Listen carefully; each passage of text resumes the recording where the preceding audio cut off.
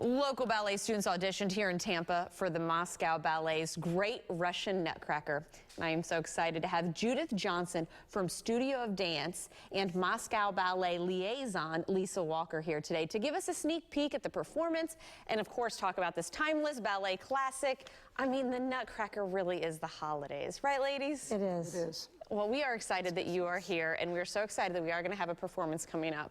But first, Judith, I want to talk with you. This is a relationship that your studio has had year in and year out with the Moscow Ballet. Talk about encompassing all of that for your dancers.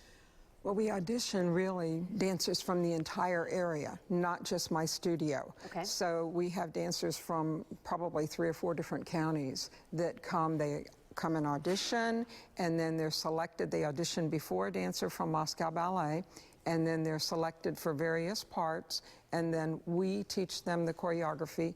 They rehearse with us up until time for the performance. And then I was going to say, then the performance, then the Moscow Ballet. And they don't just travel 1 or 2 principal dancers. And I'm going to kind of bring you in because you're kind of the stage mom, the liaison between the two.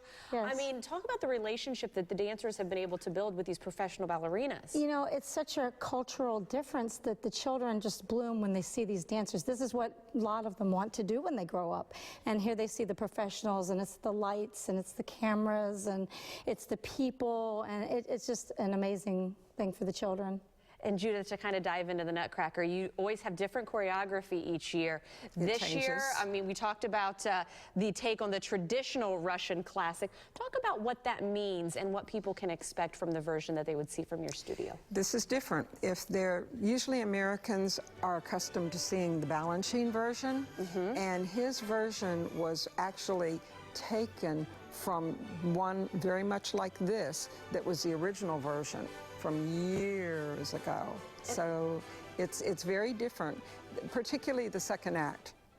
People will see a lot of differences, and I think it's more child-oriented. When the first time I saw it, I was like, oh, kids will love this, much more so than Balanchine's version. And I gotta say, it's gotta be exciting for you to see kids grow up each year. I mean, I was able to dance in the Nutcracker. I was a Paula Chanel. I don't know if you have a Paula Chanel in this version. No, no, I This don't. version, okay. But and I only got to do it once, so I never got to kind of graduate. But to be able to be an instructor and see people develop and mature as dancers into these other roles has to be fabulous. It is, and Larissa, that will be dancing later, started when she was 6, and I think she's done just about every role with Moscow Ballet. Oh, that's got to be amazing. And as her mother, I do want to point that out right now. Literally, stage mom right here. Mom.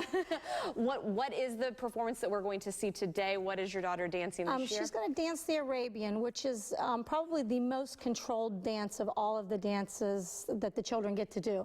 This is kind of the one that they all look at and say, oh, that's what I want to do. And in the part that she's in, it'll be the part where it's the peace and love.